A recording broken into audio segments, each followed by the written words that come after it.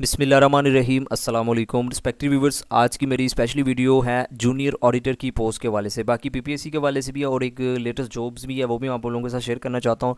लेकिन सबसे पहले जो आप लोगों के मोस्टली कमेंट्स आ रहे हैं, मैसेज भी कर रहे हैं आप लोग, वो है जूनियर ऑडिटर की पोस्ट। रिसेंटली आप लोगों को पता होगा 2022 अक्टूबर या नवंबर में इनका ऐड आया था। काफ़ी ज़्यादा मीन के ऑल ओवर द पाकिस्तान के कैंडिडेट्स अप्लाई कर सकते थे, पोस्टों की तादाद भी काफ़ी ज़्यादा है।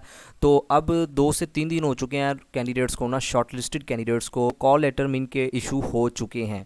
अब ऐसे कैंडिडेट्स हैं जिनको अभी तक कॉल लेटर मीन के रिसीव नहीं हुए, तो वो काइंडली प्रोसीजर नोट कर लें। मैं आपको बता देता हूँ, आपने एजीपीआर की ऑफिशियल वेबसाइट पे आना है। तो आने के बाद ना आपने कैरियर वाले ऑप्शन पर चले जाना है। आप ऑनलाइन भी डाउनलोड कर सकते हैं, वैसे आपको बाई पोस्ट भी आपके एड्रेस पर पहुँचा दी जाएगी। 1 से 2 दिन वेट कर लें, कल तक मीन के वेट कर लें। फर्दर ईद की छुट्टियों के बाद जो जो कैंडिडेट्स भी एलिजिबल होंगे ना, उनको रोल नंबर स्लिप मिल जाएगी। अगर जिनको ना मिले मीन के, जिनको बाई पोस्ट ना उन तक पहुंचे, तो आपने क्या करना है, ये मीन की इनकी ऑफिशियल वेबसाइट पर आने के बाद कैरियर वाले ऑप्शन में आना है। तो आने के बाद आपने ये देखें, please click the link below, mean के इससे आपने ना क्लिक हेयर पर क्लिक कर देना है, ठीक है, कॉल लेटर के लिए। तो सबसे पहले आपने इधर अपना CNAC ऐड करना है। फर्दर आपने सेलेक्ट फ्रॉम मीन के लिस्ट, आपने अपनी पोस्ट सेलेक्ट करनी है। अगर आपने stenotypist, junior auditor, UDC, LDC, आप सभी को पता होगा ना, ऐड में ज़्यादातर जो पोस्टें थी वो जूनियर ऑडिटर की थी, लेकिन इससे हट के भी थी। तो आपने वो पोस्ट सेलेक्ट कर लेनी है। फर्दर आपने सबमिट पर क्लिक करेंगे ना, तो आपकी जो रोल नंबर स्लिप है ना, अगर एलिजिबल हुए तो आपकी रोल नंबर स्लिप शो हो जाएगी। ठीक हो गया।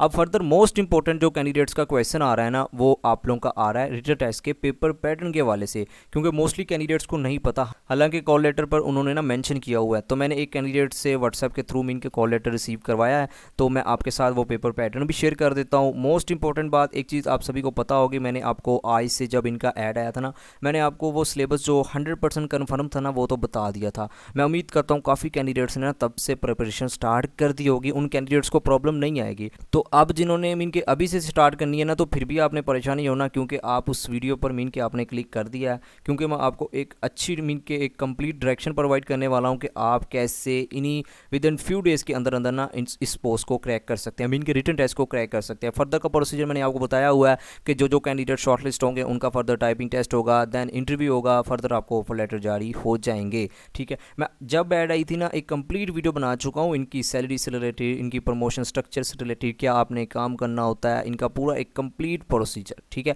तो आज की वीडियो स्पेशली जूनियर ऑडिटर के रोल नंबर स्लिप के वाले से। फर्दर जो मोस्ट इंपॉर्टेंट पार्ट है वो है सिलेबस के वाले से, तो सिलेबस मैं आप लोगों के साथ शेयर कर देता हूँ। अच्छा जी, जूनियर ऑडिटर का जो मीन के पेपर पैटर्न है ना, वो अब इस बार थोड़ी सी ना इन्होंने चेंज ही किया है। ये अकाउंटिंग का पार्ट होगा, ये मैं आपको बाद में बताता हूँ इंग्लिश का, लेकिन मोस्ट इंपॉर्टेंट वो Pak study, then Islamic study, further general knowledge. ठीक है, ये 3 सब्जेक्ट तो मैंने आपको बताए थे, बल्कि मैंने 5 ही बताए थे जब इनका ऐड आया था, जिस वीडियो में मीन के मैं बात कर रहा हूँ। तो ये मैं तमाम सब्जेक्ट बता चुका हूँ। मैं उम्मीद करता हूँ जिन्होंने वो वीडियो देखी होगी ना, उनको पता होगा। अब पाक स्टडी का पार्ट, इस्लामिक स्टडी का, जनरल नॉलेज का, तो ये तो मुझे वैसे बताने की ज़रूरत नहीं है, क्योंकि आपको आइडिया होगा कि पाक study, Islamic study, general knowledge, ये मैं आकर पर बता दूंगा कि आपने इन सब्जेक्ट को कहाँ से प्रिपेयर करना है। हो सकता है कुछ कैंडिडेट्स मेरे चैनल पर नए हो, मीन के पहली बार वीडियो को वॉच कर रहे हो। अब देखें, पाक study, Islamic study, general knowledge, ये तो उन्होंने ना आपके जो कॉल लेटर है, ठीक है, उस पर तो मेंशन किया है ये MCQs टाइप होगा। लेकिन फर्दर उन्होंने नेक्स्ट जो चीज़ मेंशन की हुई है, लॉन्ग फॉर्म क्वेश्चन जो होंगे ना, वो अकाउंटिंग एंड इंग्लिश से रिलेटेड होंगे। ठीक है, अब क्वेश्चन से मुराद ये है कि MCQs नहीं है, क्वेश्चन से मुराद ये है कि अकाउंटिंग से रिलेटेड आपसे मीन के न्यूमेरिकली टाइप कोई क्वेश्चन करवाए जाएंगे। अब देखिए, लास्ट टाइम जो रिक्रूटमेंट हुई है ना, उसमें जो जूनियर ऑडिटर भर्ती हुए हैं, लास्ट रिक्रूटमेंट में MCQs टाइप ही आप लोगों से मीन के पेपर लिया गया था। मैं उम्मीद करता हूँ जो भर्ती हो चुके हैं, और कई मैं ऐसे सब्सक्राइबर को जानता हूँ जो माशाल्लाह से वर्किंग कर रहे हैं, ठीक है, तो उनको पता होगा कि 50 MCQs पर मुश्तमिल पेपर था, जिनमें है तो यही सेम मीन के सब्जेक्ट थे, अकाउंटिंग, इंग्लिश, पाक study, Islamic study, general knowledge, लेकिन ये MCQs टाइप थे। लेकिन इस बार उन्होंने जो चेंज की है ना, वो Pak study, Islamic study, general knowledge, ये MCQs टाइप होगा, और फर्दर इंग्लिश जो अकाउंटिंग है ना, ये आप लोगों का ना मीन के सब्जेक्टिव टाइप आ जाएगा। इसमें आप लोगों को ना क्वेश्चन दिए जाएंगे। अब देखिए, क्वेश्चन ये रेज होता है कि आपने अकाउंटिंग में स्पेशली किन किन टॉपिक्स को कवर करना है। देखिए, मैं आप लोगों को 5 से 6 टॉपिक्स दूंगा, वो आपने लाजमी उनको प्रिपेयर कर लेना है। सबसे पहली बात तो ये ना, आपको मीन के एंट्रीज आनी चाहिए, आपको पता तो होना चाहिए ना डेबिट क्रेडिट मीन के आपको पोस्टिंग करनी आनी चाहिए, जो मेन चीज़ है। ठीक है, नेक्स्ट जो आपने फोकस करना है ना, देखिए जनरल और लेजर ट्रायल बैलेंस, ये तो मैं उम्मीद करता हूँ हर जो कॉमर्स का कैंडिडेट्स है ना उसको पता ही होगा कैसे मीन के इसमें पोस्टिंग करते हैं एंट्रीज की, ये प्रोसीजर तो आपको पता होना चाहिए। फर्दर मोस्ट इंपॉर्टेंट आपको फाइनल अकाउंट्स में जीपी कैसे फाइंड करते हैं, नेट प्रॉफिट। ठीक है, फर्दर आपको बैलेंस शीट लाजमी पता होना चाहिए। ठीक है, बैलेंस शीट से रिलेटेड मीन के कन्फर्म है क्वेश्चन पूछा जाएगा, इनकम स्टेटमेंट से रिलेटेड मीन के आपको प्रैक्टिकली न्यूमेरिकली टाइप क्वेश्चन दिया जाएगा। ठीक है, फर्दर कैश फ्लो स्टेटमेंट हो गया, नेक्स्ट डेप्रिसिएशन हो गया। तो ये आपने ना 3 से जो 4 टॉपिक्स हैं अकाउंटिंग में, आप देखें अकाउंटिंग में आपको पता है ना एडवांस अकाउंटिंग भी है, फाइनेंशियल अकाउंटिंग भी है, कॉस्ट अकाउंटिंग भी है। तो अब उन्होंने ना कोई एक अकाउंटिंग इधर मेंशन ही की हुई, तो इसका मतलब ये है कि वो कॉस्ट अकाउंटिंग को भी टच कर सकता है। तो आपने कॉस्ट अकाउंटिंग में भी लाजमी जो बेसिक फार्मूलेज है ना उनको भी लाजमी दे के जाना है, जैसे फाइफो मेथड हो गया, लाइफो मेथड हो गया। ठीक है, तो ये आपको पता होने चाहिए, क्योंकि उनका कोई पता नहीं, वो किसी भी एंगल से आपसे कोई ना कोई क्वेश्चन आपका बेसिक लेवल उन्होंने चेक करना है, ये चीज़ माइंड में रखिएगा। एक्चुअली जो लास्ट उन्होंने जूनियर ऑडिटर भर्ती किए हुए हैं ना, देखें वो एमसीक्यूज टाइप तो उन्होंने मीन के पास कर लिया। एमसीक्यूज तो आपको पता है ना, वो रटा सिस्टम होता है, मीन के क्रैमिंग जिसने अच्छा सा मीन के रटा लगाया हुआ है तो वो क्रैक कर लेता है, मीन के क्लियर कर लेता है। लेकिन न्यूमेरिकली टाइप वही कैंडिडेट्स क्वेश्चन मीन के सोल्व कर पाएगा जिसका basic concept basic level strong होगा। तो इस बार जो उन्होंने चेंजिंग की है ना वो इसी वजह से की है ताकि वही कैंडिडेट्स फर्दर टाइपिंग टेस्ट के लिए क्वालिफाई करें जिनका बेसिक लेवल स्ट्रॉन्ग होगा। ठीक है, तो आपने लाजमी इन टॉपिक्स को कवर करना है। अब देखिए, अब मैं क्यों कह रहा हूँ कि लॉन्ग फॉर्म क्वेश्चन आपसे लाजमी पूछे जाएंगे। नॉर्मली आपने कॉल लेटर मीन के जो भी आपको रोल नंबर स्लिप मिलती है उसमें कभी भी इलेक्ट्रॉनिक डिवाइस में कैलकुलेटर मेंशन नहीं किया होता कि आपने साथ लेके जाना है। तो आप अगर आप वो रिटन टेस्ट का जो आपको लेटर मिला ना, अगर आप उसमें देखें तो उन्होंने वाज़े मेंशन किया हुआ है कि आपने मीन के बॉल पॉइंट वगैरह, ठीक है, क्लिप बोर्ड और कैलकुलेटर भी लाजमी साथ लेके जाना है। ठीक है, तो कैलकुलेटर की तो इजाज़त नहीं होती, लेकिन उन्होंने मेंशन किया हुआ कि आपके पास होना चाहिए at the time of test. ठीक है, तो आपने लाजमी कैलकुलेटर भी साथ लेके जाना है, मतलब बता दिया है कि वो आपसे प्रैक्टिकली क्वेश्चन करवाएंगे, मीन के पूछे जाएंगे आपसे। ठीक है, नेक्स्ट आ जाता है इंग्लिश का पार्ट। तो इंग्लिश पे भी उन्होंने क्वेश्चंस मीन के मेंशन किए हुए हैं, एमसीक्यूज नहीं किए हुए। तो इसका मतलब ये है कि आपसे कोई टॉपिक दिया जा सकता है, उस पर आपने ऐसे लिखना होता है। मीन के आपसे कह सकते हैं कि आपने 10 लाइन या 20 लाइन, ठीक है, या ये भी कह सकते हैं कि 200 वर्ड्स पर मुश्तमिल आपने इस टॉपिक पर ऐसे लिखना है। या आपसे कोई टॉपिक दिया जा सकता है कि आपने मीन के इस पर लेटर लिखना है, या किसी इदारे को आपको मेंशन किया जाएगा कि आपने उसके नाम की एप्लीकेशन लिखनी है। तो मतलब सिर्फ ये है कि वो इस बार चेंजिंग उन्होंने जो की है ना मीन के ये इंग्लिश और अकाउंटिंग से रिलेटेड, क्योंकि जूनियर ऑडिटर जो लास्ट टाइम भर्ती किया है ना, जो मैं मीन के जानता हूँ डिपार्टमेंट से रिलेटेड, तो उनको ना टाइप ही नहीं करना होता, मीन के लिखना ही नहीं आता। बाकी कंप्यूटर से रिलेटेड टाइपिंग वगैरह तो आती होगी, लेकिन उनको इंग्लिश में एप्लीकेशन कह दें उनको लिखनी नहीं आती। तो इस बार इसी वजह से उन्होंने ये चेंज किया है कि आपको इंग्लिश में एप्लीकेशन लेटर या किसी भी टॉपिक पर ना कुछ लिखना आना चाहिए। अब देखें ग्रेड 11 की ये पोस्ट है। अब मीन के ये कोई ग्रेड 16 जैसे नॉर्मली एफपीएससी में डिस्क्रिप्टिव टेस्ट होता है वैसा तो नहीं होगा। सिर्फ आपका जो मेन चीज़ उन्होंने चेक करनी है ना कि आपको लिखना आना चाहिए, तो लाजमी आपने प्रैक्टिस करके जाना है। वही कैंडिडेट्स मीन के इसमें क्वालिफाई करेंगे। एक चीज़ नोट कीजिएगा, जिनको थोड़ा बहुत बेसिक लेवल स्ट्रॉन्ग होगा, इंग्लिश लिखनी आती होगी, तो नेक्स्ट वही क्वालिफाई करेंगे टाइपिंग टेस्ट के लिए। इसी बार उन्होंने ये दूसरा स्टेप यही चेंजिंग किया अकाउंटिंग और इंग्लिश से रिलेटेड। ठीक है, बाकी जो पाक स्टडी है, इस्लामिक स्टडी है, जनरल नॉलेज है, ये तो एमसीक्यूज टाइप होगा। देखिए पाक स्टडी, इस्लामिक स्टडी तो ये तो मैं उम्मीद करता हूँ पता होगा, लेकिन जनरल नॉलेज में आपने थोड़ा सा ना मीन के इसको माइंड में रखना है। जनरल नॉलेज में सिर्फ ये नहीं होगा कि आपसे किसी कंट्री के बारे में कैपिटल पूछ लिया जाएगा, ठीक है, या कोई मीन के कोई भी वर्ल्ड से रिलेटेड, लेकिन जीके में जो चीज़ें ऐड होती है ना इसमें कंप्यूटर भी ऐड होगा। ठीक है, कंप्यूटर में अब क्या ऐड होगा, आपसे शॉर्टकट कीज़, एब्रीवेशन वगैरह वो आपने कवर करने हैं।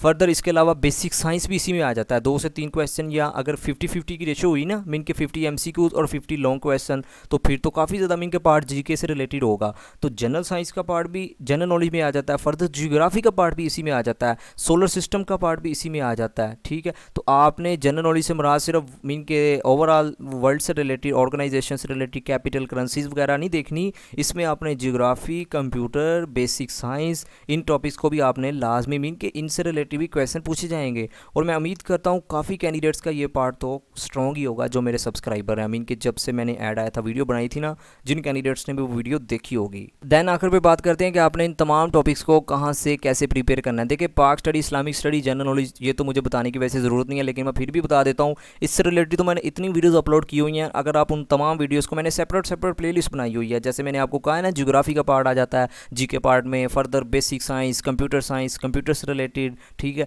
तो मैंने सेपरेट प्लेलिस्ट बनाई हुई है, अगर आप उनको देख के चले जाएंगे ना तो मेरे ये आपके साथ प्रॉमिस है, आप इसमें 100% अगर 50 भी क्वेश्चन बने ना पाक study, Islamic study, general knowledge से रिलेटेड, तो वो आपको मेरी ही प्लेलिस्ट की वीडियो से मिलेगी। फर्दर जो मोस्ट इंपॉर्टेंट पार्ट है वो है अकाउंटिंग और इंग्लिश, ठीक है। मैंने इससे रिलेटेड कोई खास इनके इन्फॉर्मेशन शेयर नहीं की हुई। अकाउंटिंग में आपने वैसे मैंने आपको बता ही दिया कि आपने किन किन टॉपिक्स को कवर करना है। इंग्लिश के वाले से वो मैंने मीन के सिर्फ एमसीक्यूज़ की प्रैक्टिस करवाई हुई है, जैसे प्रेपोजिशन हो गया, टेंसी से रिलेटेड, डायरेक्ट इनडायरेक्ट, ठीक है। लेकिन इंग्लिश में तो ज़्यादा जो चांसेस है वो मैंने आपको बता दिया कि आपसे कोई ना कोई टॉपिक से रिलेटेड कोई एप्लीकेशन, लेटर, ऐसे वगैरह मीन के पूछा जा सकता है, मीन के लिखवाया जाएगा आपसे। तो अगर तो प्रैक्टिस आपने करनी है वो भी मौजूद है। बाकी इंशाल्लाह अगर आप मुझे कमेंट सेक्शन में फीडबैक देंगे तो मैं आपको थोड़ा सा जो बेसिक लेवल है ना, आपको एक डायरेक्शन दे दूंगा कि आपने कैसे, अगर लेटर आए तो आपने कैसे मीन के उसको लिखना है। फर्दर अगर कोई एप्लीकेशन आए तो आपने कैसे वो मीन के पूरा एक स्ट्रक्चर के थ्रू मीन के उसको टाइप करना है। नेक्स्ट अगर ऐसे आ जाए तो कैसे आपने उसका स्टार्ट लेना है, मिड कैसे लिखना है, एंडिंग कैसे करनी है, तो वो मैं एक सेपरेट वीडियो में दे दूंगा अगर आप कमेंट सेक्शन में फीडबैक देंगे। बाकी जो अकाउंटिंग से रिलेटेड है, अब टाइम आपके पास बहुत शार्ट है, तो मैं नहीं चाहता कि मीन कि मैं आपके साथ कोई भी ऐसी बात करूं जो मैं फुलफिल ना कर सकूं, मीन कि उसको पूरी ना कर सकूं। तो पॉसिबल हुआ तो आपके कमेंट्स के अकॉर्डिंग मैं लाजमी कुछ ना कुछ मीन कि आपकी प्रैक्टिस करवा दूंगा, ठीक है, अकाउंटिंग और इंग्लिश रिलेटेड। लेकिन जो पाक स्टडी, इस्लामिक स्टडी, जीके, वो मैंने आपको बता दिया कि इससे रिलेटेड तो ऑलरेडी मैंने बहुत सारा मटेरियल अपलोड किया हुआ है। अच्छा जी, नेक्स्ट कुछ वैसे ये सिविल एविएशन अथॉरिटी में जॉब्स आई हैं, काफ़ी ज़्यादा जॉब्स हैं, लेकिन मुझे जो सबसे अच्छी जॉब लगी है ना वो है असिस्टेंट डायरेक्टर कम्युनिकेशन, ठीक है। EG01 की जो पोस्ट है, टोटल पोस्टों की तादाद 8 है। मिनिमम जो आप लोगों की है ना वो 16 ईयर आप लोगों की एजुकेशन होनी चाहिए, ठीक है। मिनिमम जो क्राइटेरिया है वो 70% मीन के एग्रीगेट रखा हुआ है। उन्होंने ये भी मैंशन किया हुआ है कि फर्दर इंटरमीडिएट और आप लोगों का जो मैट्रिक है ना उसमें 60% आपके मिनिमम मार्क्स होने चाहिए, ठीक है। परसेंटेज 60% रिक्वायर्ड है। तो मुझे जो खास बात पता क्या लगी कि इसमें हर तरह के कैंडिडेट्स अप्लाई कर सकते हैं जो जिन्होंने ग्रेजुएशन 4 इयर्स में किया हुआ है। तो बाकी ये मेरिट वाइज भी आपका चेक कर सकते हैं। ये इधर उन्होंने सैलरी भी मेंशन की हुई है, 28 आप लोगों की जो एज में इन्होंने मैक्सिमम मेंशन की हुई है, ठीक है।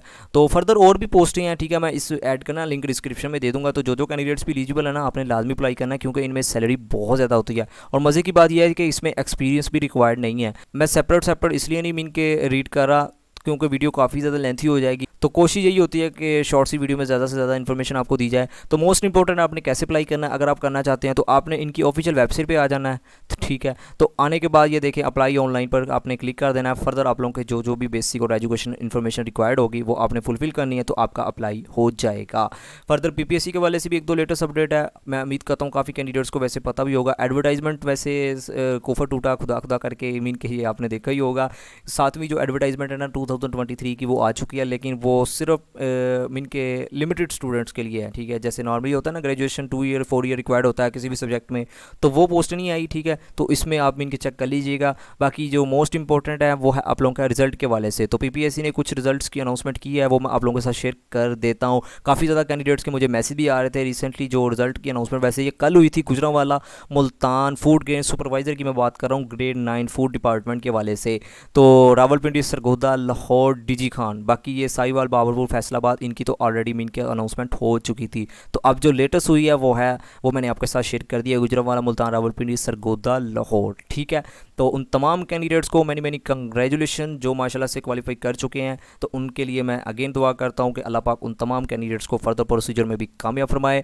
तो रिस्पेक्टिव व्यूअर्स, ये थी आज की वीडियो जिसमें मैंने कोशिश की है कि जो जूनियर ऑडिटर के वाले से आप लोगों को गाइडेंस दी जाए। फर्दर जो मुझे अच्छी जॉब्स लगी, वैसे और भी काफ़ी डिपार्टमेंट्स में आई, तो टाइम मेरे पास इतना नहीं था तो मैं आप लोगों के साथ नई अपडेट शेयर कर सका। तो इंशाल्लाह अब ईद की वेकेशन आ चुकी हैं, मैं कोशिश करूँगा जो मीन के मटीरियल रहता है जो फर्दर मेरे यूट्यूब पर चैनल पर कंप्लीट प्लेलिस्ट होने वाली है, तो उसको भी मैं इंशाल्लाह कंप्लीट करूँगा। क्योंकि ईद वाले दिन और ईद से अगले दिन इसमें तो मसरूफियत होगी। फर्दर इसके बाद तो छुट्टियाँ ही हैं 3 से 4 दिन, तो कोशिश करूँगा कि आप लोगों के साथ कनेक्टेड रहा जाए। तो आपने भी दुआ करनी है। तो फिर भी अगर आपका इस वीडियो से रिलेटेड कोई भी क्वेश्चन है तो आप कमेंट सेक्शन में पूछ सकते हैं, मैं आपका लाजमी जवाब दूंगा। तो आखिर पर यही कि अल्लाह पाक आपको आपके हर नेक मकसद में कामयाब फरमाए। अल्लाह पाक हम सब पर अपनी रहमत का नज़ूल फरमाए। Thank you for watching, take care, अल्लाह हाफिज़।